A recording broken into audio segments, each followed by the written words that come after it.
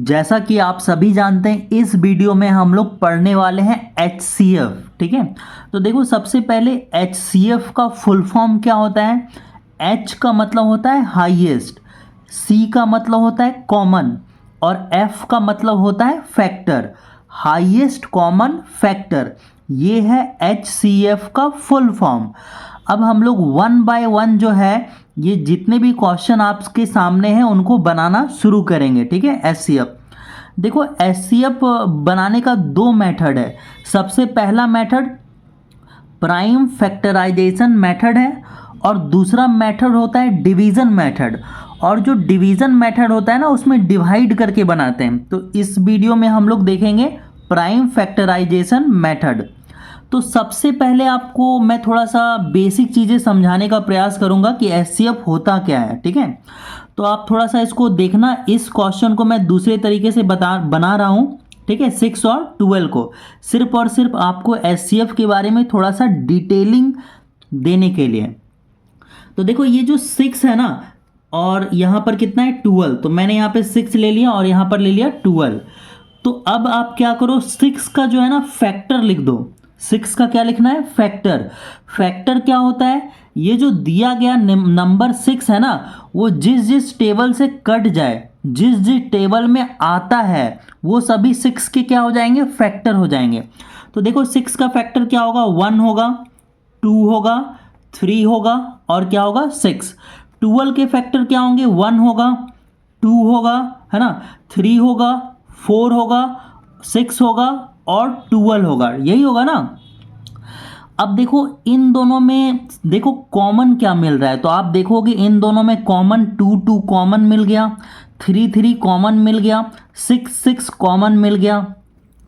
तो इन दोनों का हाईएस्ट कॉमन फैक्टर निकालना है। कॉमन तो ये दोनों भी मिल रहा है, 3 भी मिल रहा है और 6 भी मिल रहा है। तो इसका आंसर क्या होगा, हाईएस्ट कॉमन फैक्टर क्या होगा। तो आप बोलोगे कि हाईएस्ट कॉमन फैक्टर क्या होगा, 6 होगा। ठीक है, तो यही होता है एचसीएफ। एचसीएफ यानी कि किसी भी दो नंबर का हाईएस्ट कॉमन फैक्टर। जब आप 6 और 12 का एचसीएफ निकालोगे तो आंसर आपका कितना आएगा, 6 आएगा। ठीक है, तो चलो इसको हम लोग है ना प्राइम फैक्टराइजेशन मेथड से सॉल्व करके देखते हैं। तो यहाँ पे ए नंबर में हम लोग यहाँ पे लिख लेते हैं 6 और यहाँ पर लिख लेते हैं 12। अब देखो 6 हम लोग बहुत ही छोटा नंबर है, तो इसको प्राइम फैक्टराइजेशन आप लोग आराम से कर लोगे, है ना। 2 का टेबल में 6 आता है 3 बार में, और 3 का टेबल में 3 आता है 1 बार में। उसी तरह से 2 का टेबल में 12 आता है 6 बार में। ठीक है, और फिर से 2 का टेबल में 6 आता है 3 बार में। अब आप किसी के मन में ये सवाल है कि यहाँ पर 6 है, तो क्यों ना हम लोग इसको 6 से काट दें। 6 का टेबल में 6 आता है ना 1 बार में। तो देखो जब भी हम लोग एचसीएफ बनाते हैं ना, तो एचसीएफ या एलसीएम बनाते हुए हमेशा हम लोग प्राइम नंबर का यूज़ करते हैं। क्या करते हैं, प्राइम नंबर। ठीक है, इसीलिए तो इसमें लिखा हुआ है, क्या लिखा हुआ है, प्राइम फैक्टराइजेशन मेथड। यानी कि आपको एचसीएफ और एलसीएम जो भी आप लोग बनाते हैं प्राइम नंबर से बनाना है। तो प्राइम नंबर और कंपोजिट नंबर आप लोगों ने पहले से ही अच्छे से पढ़ रखा है कि प्राइम नंबर क्या होता है। प्राइम नंबर आपका 2 होता है, 3 होता है, 5 होता है, 7 होता है, 11 होता है, 13 होता है, 17 और इसी तरह से। तो जो भी एचसीएफ एलसीएम बनता है ना, वो प्राइम नंबर से बनता है। और प्राइम नंबर यही क्यों है, कंपोजिट नंबर क्या होता है, इसके बारे में मैं पहले ही वीडियो बना चुका हूँ कि प्राइम नंबर क्या है, कंपोजिट नंबर क्या है। तो एचसीएफ एलसीएम हमेशा किससे बनेगा, प्राइम नंबर से। तो अब देखो ये 3 के टेबल में कितने बार में आएगा, 1 बार में आएगा। ठीक है, तो अब आप लोग क्या करोगे, आप लोग यहाँ पर लिखोगे 6 और ये वाला 12 लिखोगे यहाँ पर। ठीक है, इक्वल टू का साइन यानी कि बराबर का साइन दोगे। और 6 बराबर क्या आया, 2 गुना 3। तो यहाँ पर क्या लिखोगे, 2 गुना 3। और ये एक जो है ना लिखने की आवश्यकता नहीं है, लेकिन आप लिख सकते हो। ठीक है, 1। और ये 12 में क्या है, 2 गुना 3 यानी कि 2 इंटू 2 इंटू 3 और यहाँ से 1 लिख लो। ठीक है, अब देखो कि इन दोनों में कॉमन क्या मिल रहा है। ठीक है, तो आप देखोगे कि इन दोनों में ये 2 कॉमन मिल रहा है ना, ये 3 और ये 3 मिल गया। ठीक है, तो आप लोग लिखोगे यहाँ पर कॉमन फैक्टर। क्या लिखोगे? Common factor. कॉमन फैक्टर यानी कि जो दोनों में मिल गया। तो कॉमन फैक्टर एक तो आपका 2 मिल गया और दूसरा आपको क्या मिल गया? 3। तो 2 इंटू 3 आंसर आपका कितना आएगा? 6, जो कि मैंने आपको पहले भी बताया था कि 6 और 12 का जब एचसीएफ निकालोगे तो आंसर आपका कितना आएगा? 6 आएगा। ठीक है, अब हम लोग सॉल्व करते हैं बी नंबर। देखो बी नंबर में हमारे पास क्वेश्चन क्या है ना, 70 और 98। तो बी नंबर को हम लोग यहां पे सॉल्व करते हैं। 7070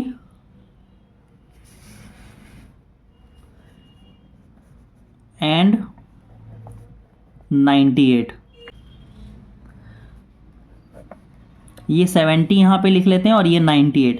अब देखो प्रॉब्लम ये होता है ना स्टूडेंट्स को, उनको पता ही नहीं चलता है कि ये नंबर कौन से टेबल से कटेगा, है ना। 2 से कटेगा, 3 से कटेगा, 5 से कटेगा, है ना।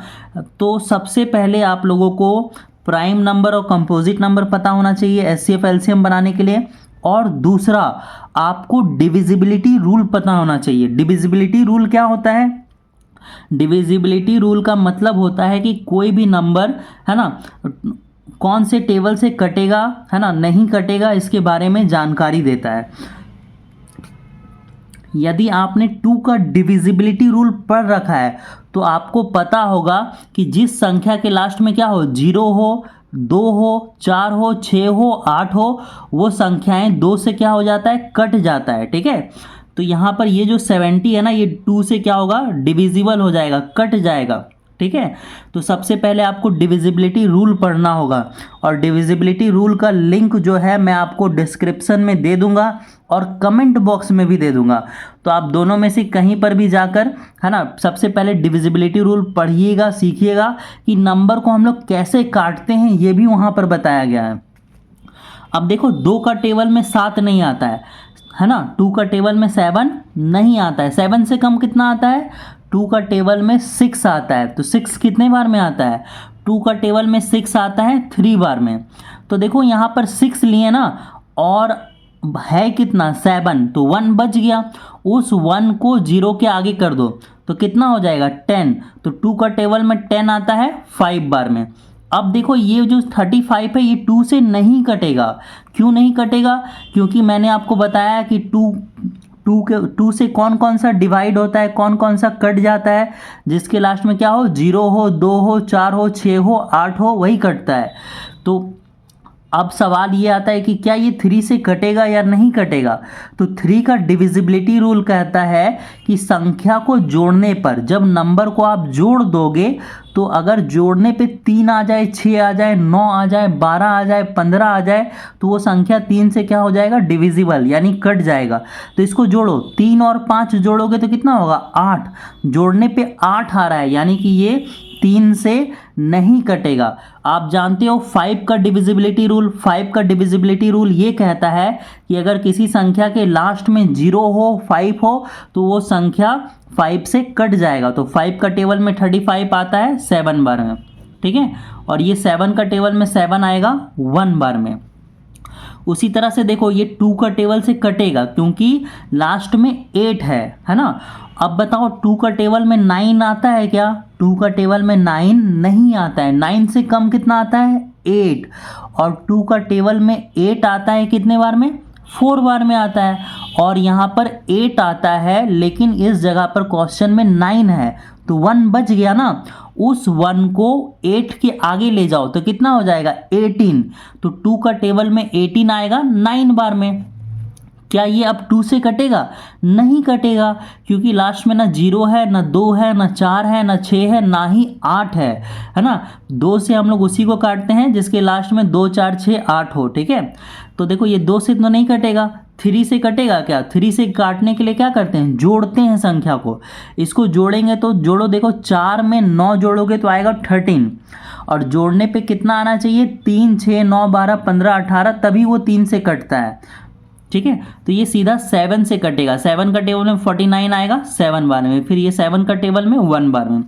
तो अब इसको कैसे लिखोगे? देखो ये जो 70 है ना, यहाँ पे लिख लो 70, ये जो 98 है यहाँ पे लिख लो 98, और 70 बराबर क्या होगा, देखो सबसे पहले लिखेंगे 2 इंटू 5 इंटू 7, है ना, 2 गुना 5 गुना 7, और ये 1 लिखना चाहो तो लिख सकते हो आप लोग, ठीक है।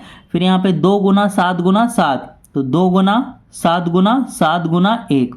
अब यहाँ पे क्या लिखना है आपको, कॉमन फैक्टर लिख लो, COMMON, कॉमन फैक्टर।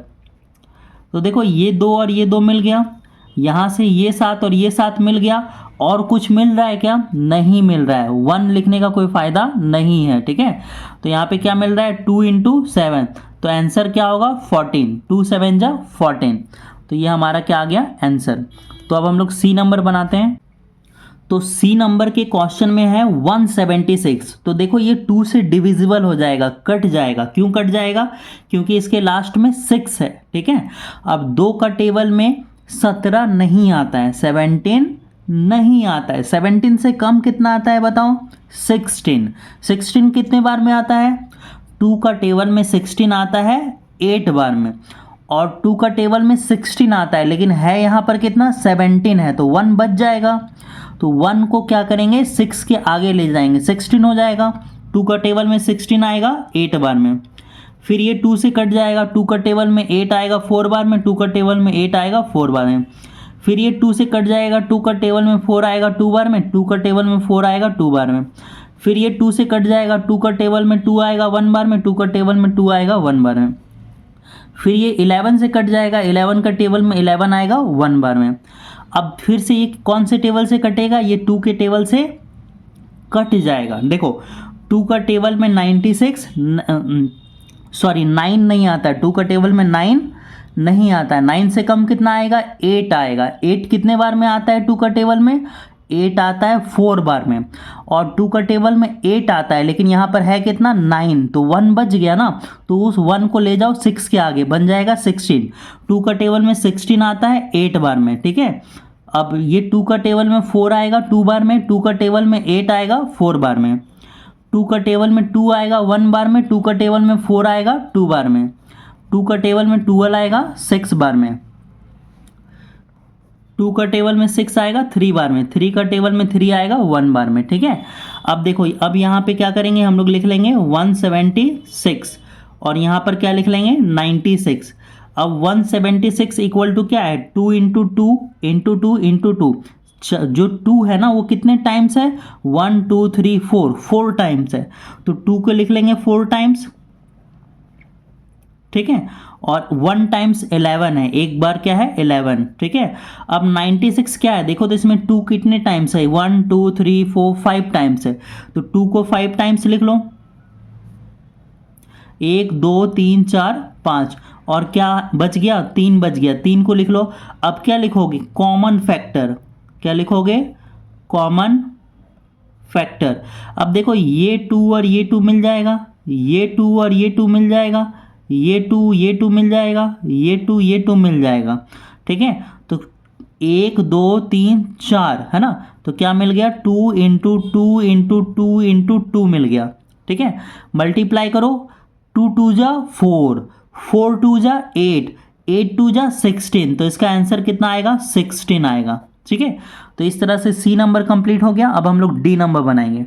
तो अब हमारे पास है डी नंबर, देखो लास्ट में कितना है 8, यानी कि ये फिर से कौन से टेबल से डिविजिबल है, 2 का टेबल से कट जाएगा, ठीक है। तो यहाँ पे 2 लिखोगे, 2 के टेबल में 10 आएगा 5 बार में, 2 के टेबल में 8 आएगा 4 बार में, ठीक है। अब देखो 2 का टेबल में 5 नहीं आता है, 5 से कम आता है 4 कितने बार में आता है 2 बार में, ठीक है। 2 का टेबल में 4 आता है, लेकिन यहाँ पर है 5, तो 1 बच गया ना, तो 1 इसको देंगे तो 14 हो जाएगा। 2 का टेबल में 14 आएगा 7 बार में।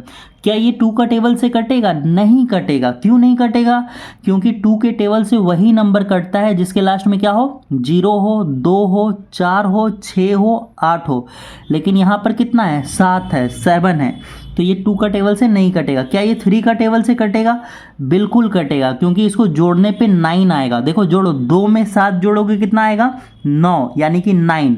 ऐसा कोई भी नंबर जिसको जोड़ने पे कितना आ जाए, 3 आ जाए, 6 आ जाए, 9 आ जाए, 12 आ जाए, 15 आ जाए, 18 आ जाए, तो वो 3 का टेबल से कट जाता है, तो इसको काटो, 3 का टेबल में 27 आता है 9 बार में, ठीक है, और ये 3 का टेबल में 9 आएगा 3 बार में, ठीक है। ये डिविजिबिलिटी रूल है, ये आपको मालूम होना चाहिए। 2 का डिविजिबिलिटी रूल, 3 का डिविजिबिलिटी रूल, 5 का डिविजिबिलिटी रूल। तो आप देखो यहाँ पर क्या है, अब ये 2 से तो नहीं कटेगा, बिल्कुल भी नहीं कटेगा, क्योंकि लास्ट में 5 है। क्या ये 3 से कटेगा क्या? तो पता नहीं कटेगा कि नहीं कटेगा, पहले इनको प्लस करो तो पता चल जाएगा। देखो 3 में 1 प्लस करोगे तो कितना होगा 4, और 4 में 5 प्लस करोगे तो कितना होगा 9, प्लस करने पे 9 आ रहा है, मतलब ये 3 से डिविजिबल है। देखो 3 के टेबल में 3 आएगा 1 बार में। क्या 3 के टेबल में 1 आता है क्या? नहीं आता है। तो हमें 2 अंक लेना पड़ेगा, 1 5 15, है ना। जब भी 2 अंक लोगे ना तो क्या बैठाना पड़ेगा? 0 बैठाना पड़ेगा, ठीक है। और 3 का टेबल में 15 कितना बार में आएगा? 5 बार में। अब बोलोगे सर ये तो 0 कहाँ से आ गया? देखो यहाँ पे 2 अंक लिए हैं, ठीक है। 3 का टेबल में 3 आता है एक बार में, और 3 का टेबल में 1 नहीं आता है, तो 2 अंक लेंगे। 15 15 आता है 5 बार में, उससे पहले 0। अब बोलोगे सर यहाँ पर भी तो 2 अंक लिए थे, 2 का टेबल में 10 आया था 5 बार में, तो 2 अंक लिए थे।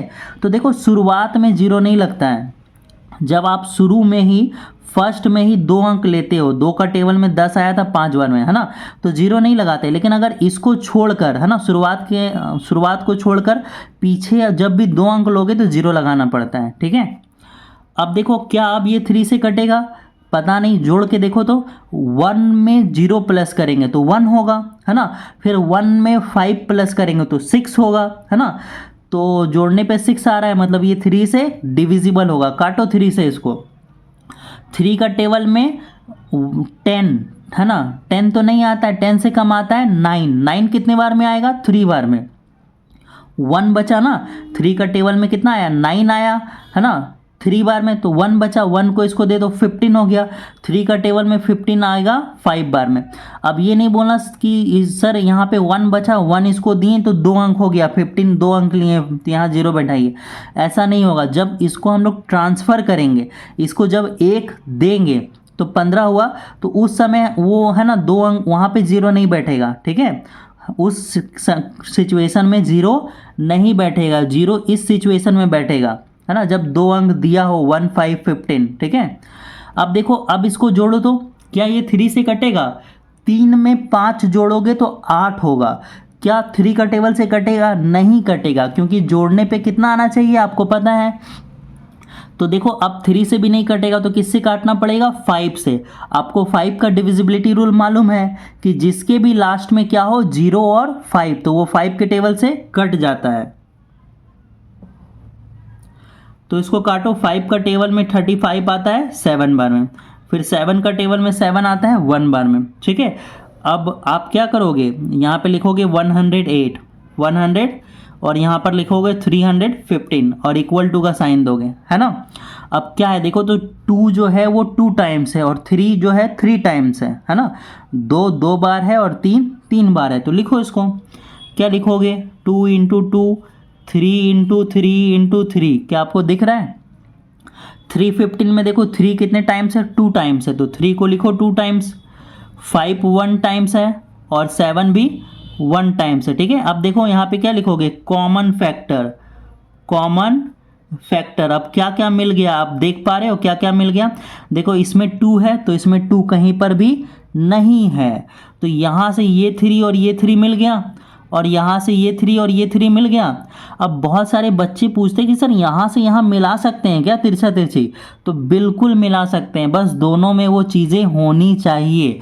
इसमें भी 3 है, इसमें भी 3 है, इसमें भी 3 है, इसमें भी 3 है, तो 2 ठो 3 मिल गया। 2 ठो हमें क्या मिल गया? 3 इंटू 3। तो इसका जो HCF होगा वो कितना होगा? 9 होगा आंसर, ठीक है। कोई दिक्कत? अब ये नहीं बोलना कि सर इसमें एक और 3 है, तो भाई इसमें भी एक और 3 होना चाहिए, तब यहाँ पे एक और 3 आता, ठीक है। तो अब हम लोग बढ़ते हैं ई नंबर की ओर।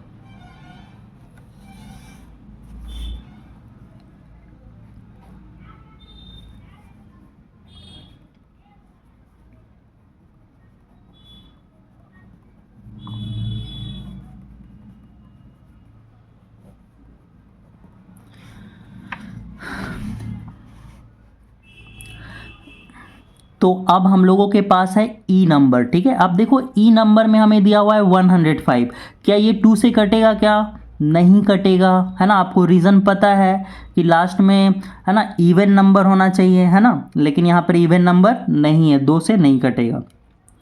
तो किससे कटेगा?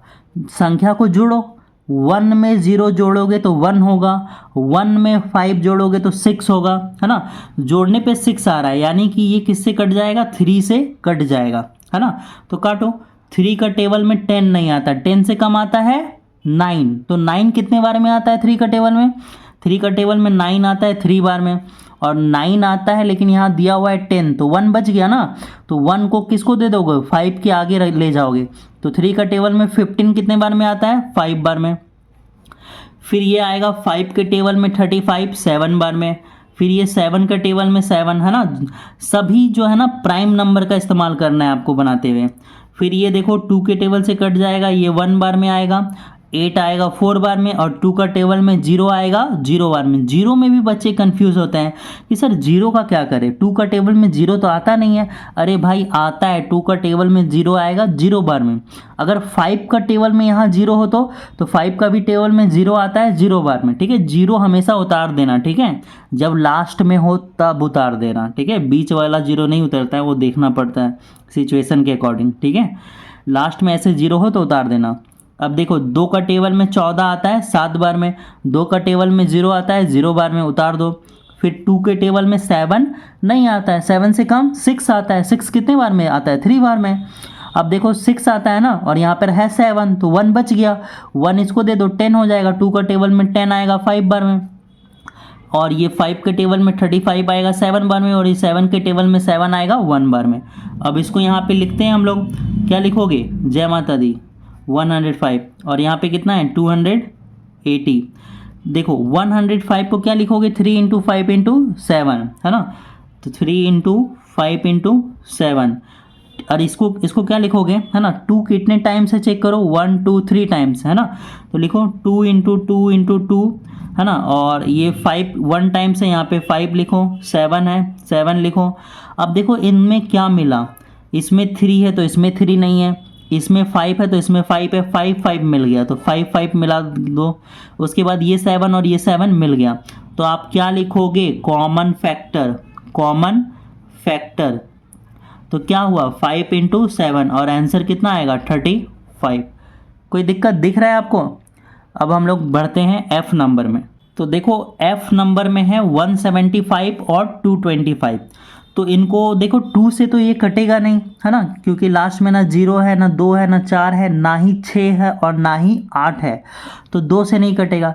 3 से चेक करने के लिए कि 3 से ये कटेगा या नहीं कटेगा, क्या करते हैं हम लोग? जोड़ते हैं। जोड़ो इसको, 1 और 7 8, 8 में 5 प्लस करेंगे 13, जोड़ने पे 13 आ रहा है, मतलब ये 3 से भी नहीं कटेगा। अब किससे काटना पड़ेगा? 5 से। क्या ये 5 से कटेगा? क्या बिल्कुल कटेगा। क्यों कटेगा? क्योंकि जिस भी संख्या के अंत में, यानी कि लास्ट में क्या हो, 0 हो या फिर 5 हो, आप उसको 5 से काट सकते हो, ठीक है। अब यहाँ पे क्या लिखोगे? 5 का टेबल में 17 आता है क्या? नहीं आता है। 17 से कम आता है 15, और 15 आता है कितने बार में? 5 का टेबल में 15 आता है 3 बार में। अब देखो 5 का टेबल में 15 आता है और यहाँ पर है 17, तो फिर 2 बच जाएगा ना, तो उस 2 को यानी 2 को 5 के आगे ले जाओगे 25 हो जाएगा। 5 के टेबल में 25 आता है 5 बार में, फिर ये 5 के टेबल में 35 आएगा 7 बार में, फिर ये 7 का टेबल में 7 आएगा 1 बार में, है ना। अब इसको प्लस करो, 2 में 2 प्लस करोगे कितना होगा? 4, और 4 में 5 को प्लस करोगे कितना होगा? 9। तो मतलब जोड़ने पर 9 आ रहा है, तो क्या ये 3 से कटेगा? बिल्कुल 3 से कटेगा। आप बोलोगे सर ये 5 है यहाँ पर, तो ये तो 5 से भी कट जाएगा, तो बिल्कुल हाँ, ये 5 से भी कट जाएगा। आप यहाँ पर इसको 5 से भी काट सकते हो। तो आप बोलोगे सर 5 से काट सकते हैं, तो आप 3 से क्यों काट रहे हैं? 5 से काटिए ना।